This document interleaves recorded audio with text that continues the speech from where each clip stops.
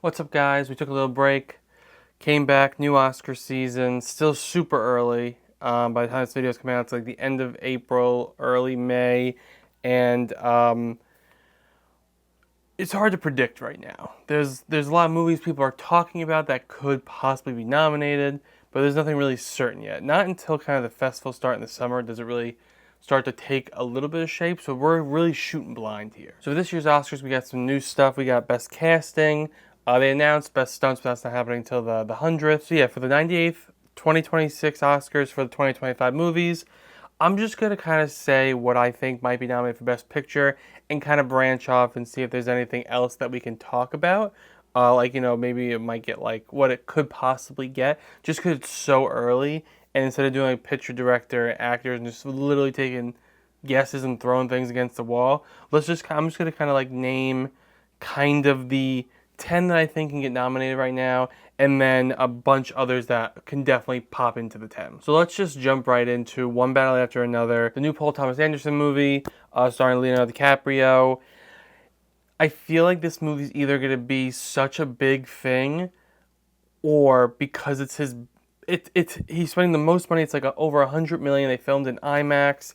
Warner Brothers is like kind of like taking a big swing. This is his most expensive film, his most mainstream film from what I've heard. So I feel like it can go one of two ways. It can go that it's people love it, it's popular critics, popular audiences, popular with the box office, or it can, actually there's three ways, or it can not do well at the box office but still critical success and fans love it. And I think both of those get Oscars nominations, especially for Best Picture. What gets me a little nervous is if he went too mainstream. He's testing it, which he hasn't done for a movie since Boogie Nights, but Boogie Nights, people love that movie. If he went and did all this and people just said, it's a little too mainstream and they didn't love it, it's not the best PTA movie. I think for that case scenario, I think it might not get something, but I think it's going to be the first two sections that I mentioned. Like I said, Leonardo DiCaprio, his last 5 movies were nominated for Best Picture: Killers of the Flower Moon, Don't Look Up, Once Upon a Time in Hollywood, The Revenant, Wolf of Wall Street. He is a draw for the Oscars. He might not get nominated all those times, but the movies are usually in Best Picture. Paul Thomas Anderson, his last 2 movies were nominated for Best Picture, being Licorice Pizza and Phantom Thread, and then besides that, he's had a third one as well with There Will Be Blood. That was a few years later. That was about in 2007. So there's some, I think, like 10 years in between there. The composer was nominated twice. It has a September release date. I think this definitely could be a contender. I do think DiCaprio can get it. Could be screenplay. Could get a lot of text. It's just kind of fine. That's why I have it at 1, but this... should it be at 1? I'm not sure. But for right now, since it's so early, I'm going to leave it at 1. And I just don't know if it's going to be kind of like he went to mainstream, or he went mainstream and it worked. So I'm going with it's going to be nominated for Best Picture. I think it's a strong contender. I think there's a lot going on for it. I think people are talking about Sean Penn, Leonardo DiCaprio. It's just the scope of it looks very, like the trailer came out and the scope of it looks really big and, cinematic. So I'm taking a leap here. In a few months, can I be proven wrong? 100%. But right now, we're taking a risk. Next, we have Marty Supreme. So the Safdie brothers have, done movies like Uncut Gems, but they're now splitting up. Not for bad reasons. They're just like they're both doing separate things. They're both coming out this year. Josh Safdie is doing Marty Supreme, and Ben Safdie is doing The Smashing Machine, which we'll talk about later. Is their whole shtick that their movies are better with the two of them? I do think the cinematographer's been nominated twice. Timothy Chalamet has been in 6 Best Picture movies with A Complete Unknown, Dune Part 2, Don't Look Up, Dune, Little Women, Call Me by Your Name. It's a Christmas release. I will say, like Leonardo DiCaprio, he does bring in an audience where I feel like a part of me wants to say A Complete Unknown, Timothy Chalamet helped get that movie get nominated for Best Picture. And I think he can do the same here. It is about pursuing greatness. It kind of has a weird concept, but it's a period piece. Christmas, really good release date. Complete Unknown did the same thing. But yeah, it has a weird cast. Kevin O'Leary from Shark Tank's in it. Fran Drescher, Tyler the Creator, Gwyneth Paltrow, Timothée Chalamet. It's kind of like, from what I heard, like table tennis. So like sort of like a different take on a sports biopic. I do think this has a chance to be something really good. It's A24. They're spending like $70 million on this, so they're putting a lot on this. I think they're really confident in it to put it on Christmas. Like I said, Complete Unknown did the same thing, and it worked out for them. Like, the con for One Battle After Another was like, is it going to be too commercial? This is like, is it going to just be too weird for the Oscars? But I don't think that's really a thing anymore. The Substance got nominated. Everything Everywhere All won Best Picture. Like, the Oscars are now coming into their own, where I think it's like, it doesn't need the Oscar, and like the Oscar bait movie is a different thing nowadays than what it was like 10, 15 years ago. I do think like this could be very Oscar baity for Timothée Chalamet. It could have given him his first win for actor. It's seeming like a twist on like an Oscar baity movie, which could work for them. Next is Wicked for Good. It's pretty self-explanatory. For the last Wicked one, part one got 10 nominations. Can it hit that same number? I don't know. The first one's like a party. I think that's why everyone like really loved it, and it kind of like took everything by storm. Box office, critics, fans, Oscars, everything. It only won 2 things, and they're technical. So maybe it can come back now that it's kind of like, the final one. It could pull a Lord of the Rings thing, or kind of have that vibe where they kind of gave it a few things, nominated a lot, and then really got to shower it to see how it finishes and if it can stick the landing. I think Cynthia Erivo can get it again. Ariana Grande can get it again. I think Jonathan Bailey can get in there, depending on now. I think based on how the story goes in the second one. It won't be as like fun, I feel like, because unless they kind of have tweaked it a little bit, the second half of the play is a lot darker than the first half. But they added original songs, which will add their tally back up. I do think they have time now to kind of fix the issues they have the first one with color grading, stuff like that. It has a November release date again.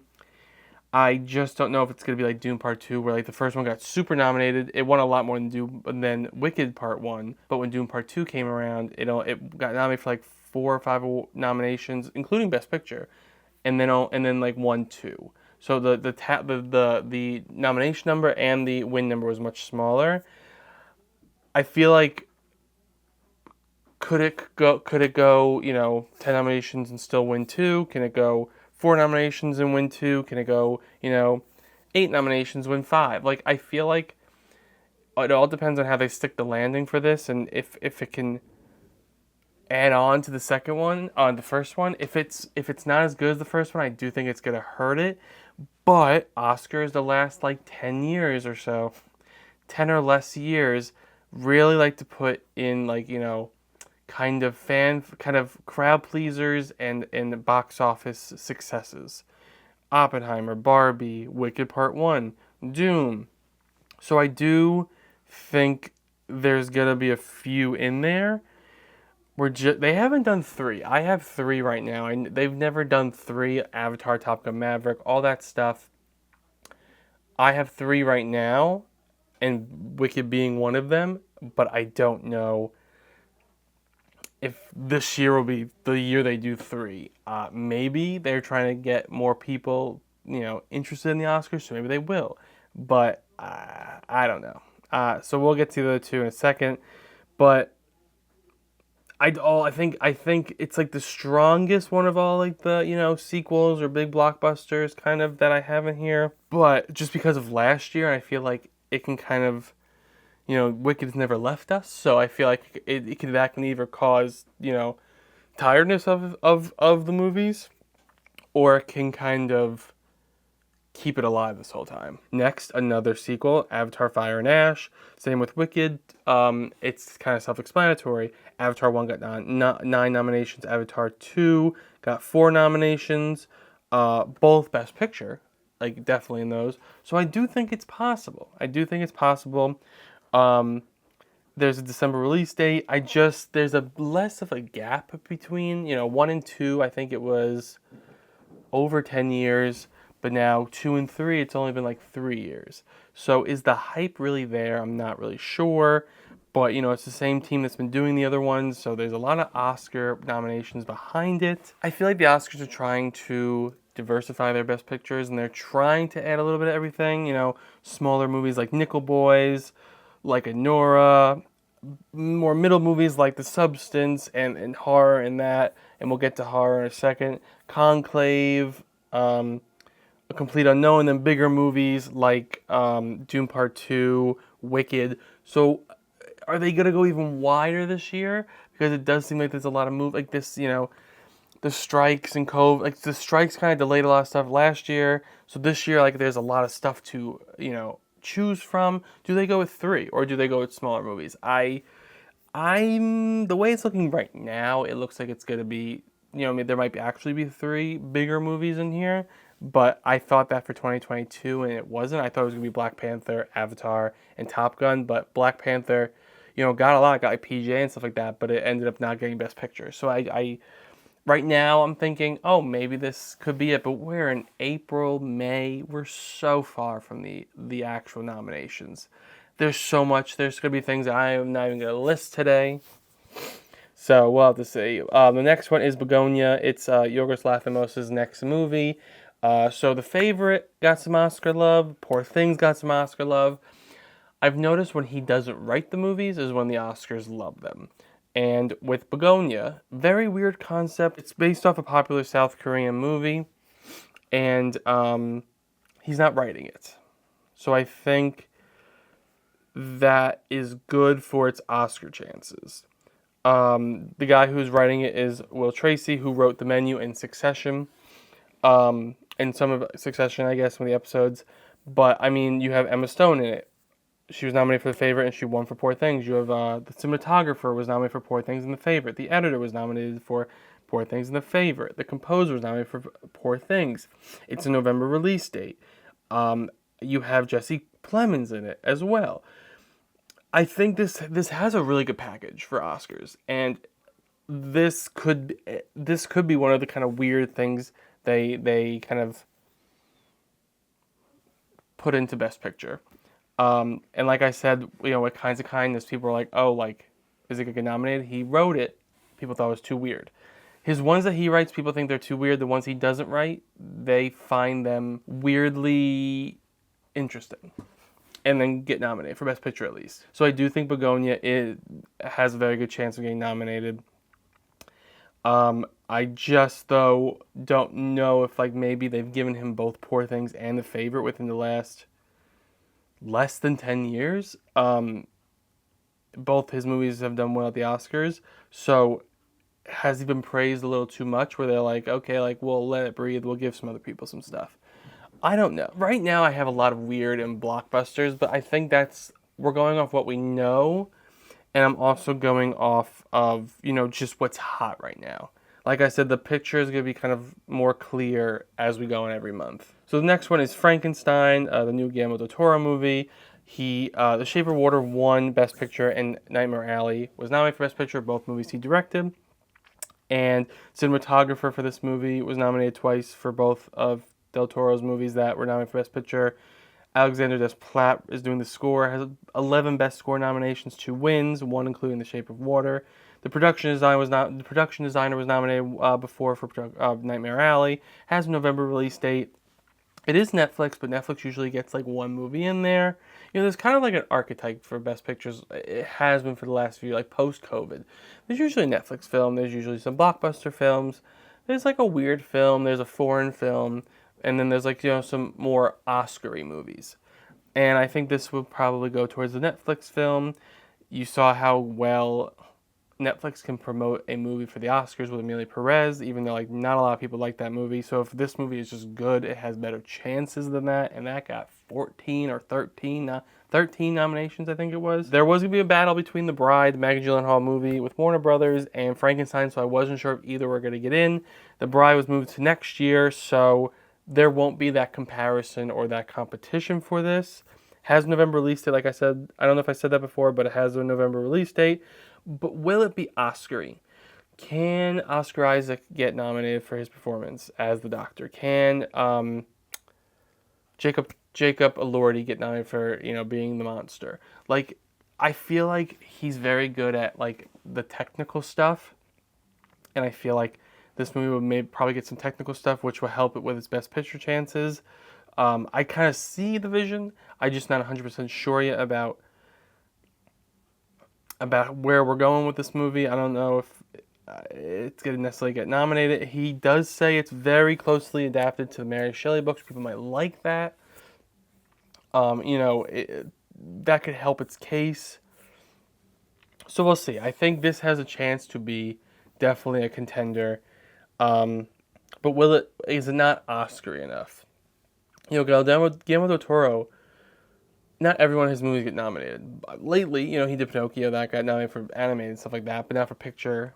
And then Shape of Water, Nightmare Alley. But is it gonna is they've been nominating him recently? But if this is more of a monster movie, will they give it to him for this as well? The next one is After the Hunt, and from what I'm seeing, this is Luca Guadagnino's most Oscar-y movie he has probably made since Call Me by Your Name, which got nominated for Best Picture.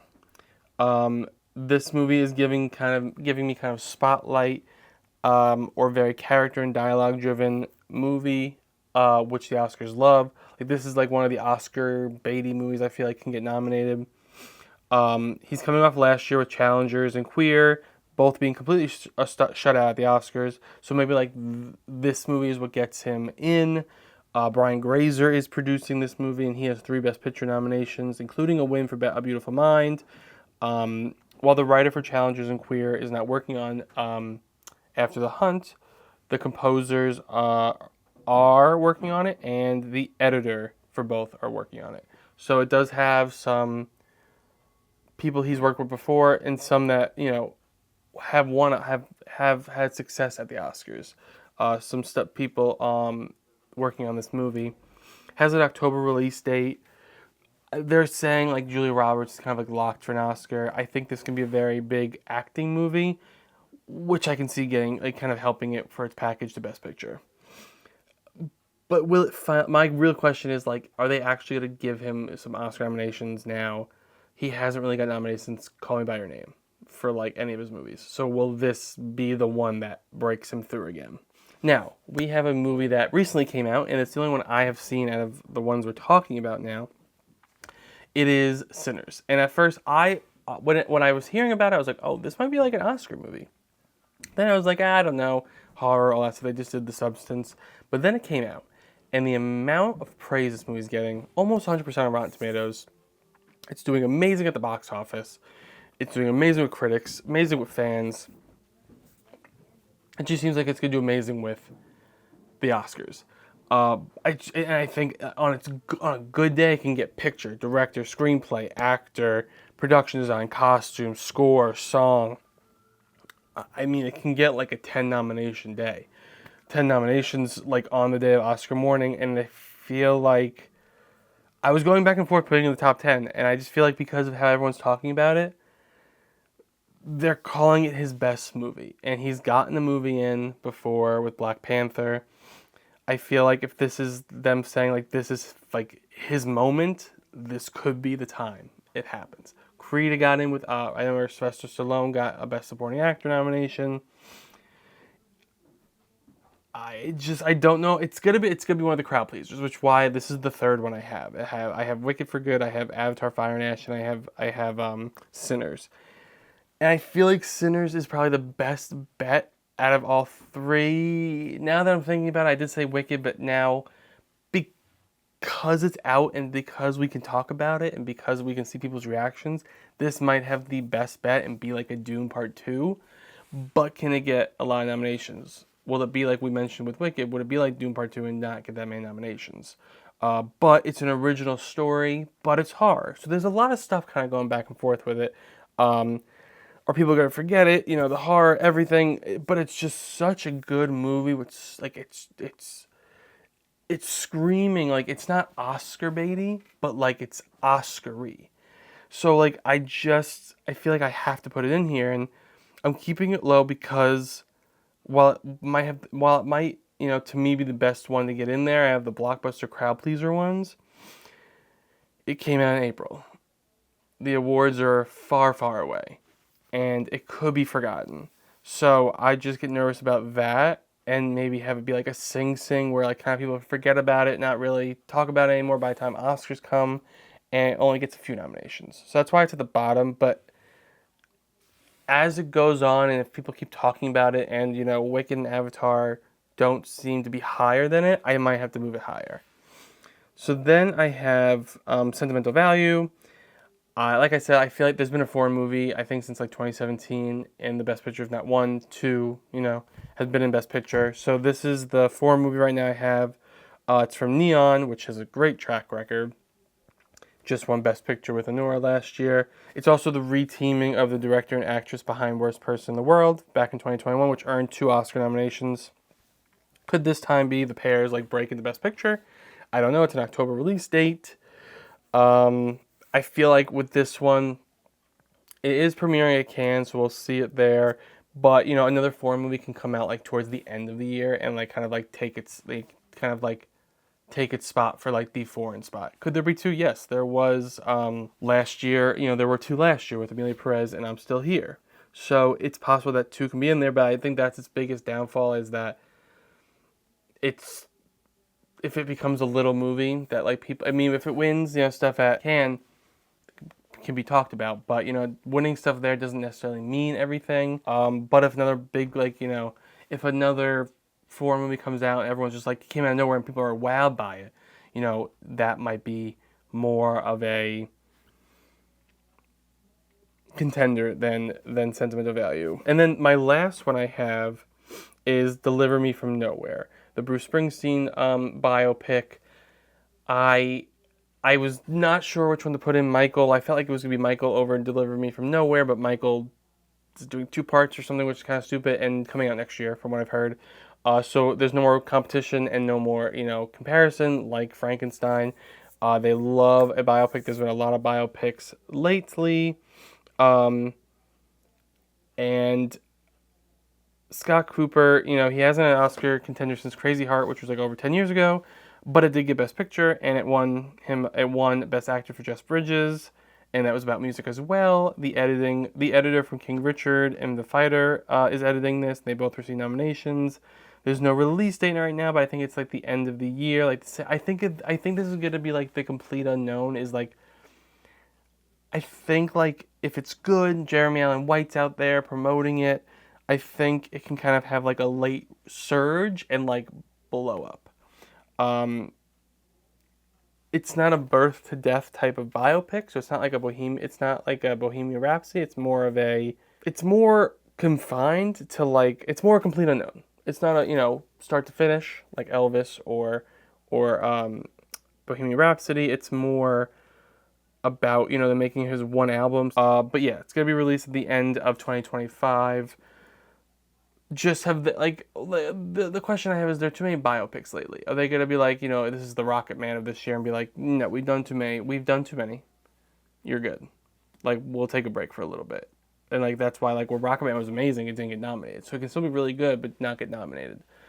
But I'm going with track records right now and kind of like archetypes of what's usually in the lists, and I'm putting it in there. That is my 10. It could move around. Like I said, so early. Some of these can be moved around easily, but it's one battle after another. Marty Supreme, Wicked for Good, Avatar Fire and Ash, Bugonia, Frankenstein, After the Hunt, Sinners, Sentimental Value, Deliver Me From Nowhere. Some other ones, Life of Chuck could be another crowd pleaser from Neon.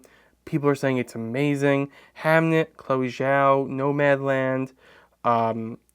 It's like about Shakespeare. I just don't know how, like, if it's gonna be depressing, if the Oscar's gonna go for it, like if it's just like sorrows and sorrows. You have the Smashing Machine, which is the Ben Safdie movie that I was talking about earlier with The Rock. We'll have to see how that does. If that, I feel like, could be a surprise. F1 could be like a Top Gun. The trailer looks great. You have you can't get out like political thrillers Catherine Bigelow is doing a political thriller for Netflix. That could be the Netflix movie instead. History of Sound premiered at Cannes, so we'll see that. The Rivals of Amazon King premiered, I believe it was like South by Southwest, to rave reviews. So if that could hold conversation, people say Matthew McConaughey is Oscar worthy. So let's see if that kind of holds like people in the conversation. If it stays in the conversation. No Other Choice, another foreign movie by Park Chan-wook. That could also definitely be the foreign contender, one of them this year. Jay Kelly, Noah Baumbach. They're saying Adam Sandler is like really good. I'm starting to see the package for that one kind of come together. I can see maybe like screenplay, director, Adam Sandler, picture. So that might move up, within the months. The Ballad of a Small Player, Edward Berger's next movie. It seems a little more like Queer, where it's just kind of like self-reflecting. So I'm not sure if they're going to go for that. But they've gone for All Quiet on the Western Front and Conclave. Much more flashier, but we'll see. And then just some other ones. Die My Love's premiering at Cannes, so we'll see that. The Running Man is premiering at the end of the year with Glenn Powell and Edgar Wright. Eddington, Ari Aster's new movie. The Big Bold Beautiful Journey, Margot Robbie, Colin Farrell, I believe it is. They premiered footage at CinemaCon. They said it was really good. I have highest to lowest, but I just recently saw someone said it's going to be a Cannes, but not in competition, which shows that they don't have faith in it. And maybe the Oscars don't necessarily love Spike Lee. They've given him, like one movie or in the recent years, one movie with Black Klansman, but they snubbed him for Defy Bloods pretty much.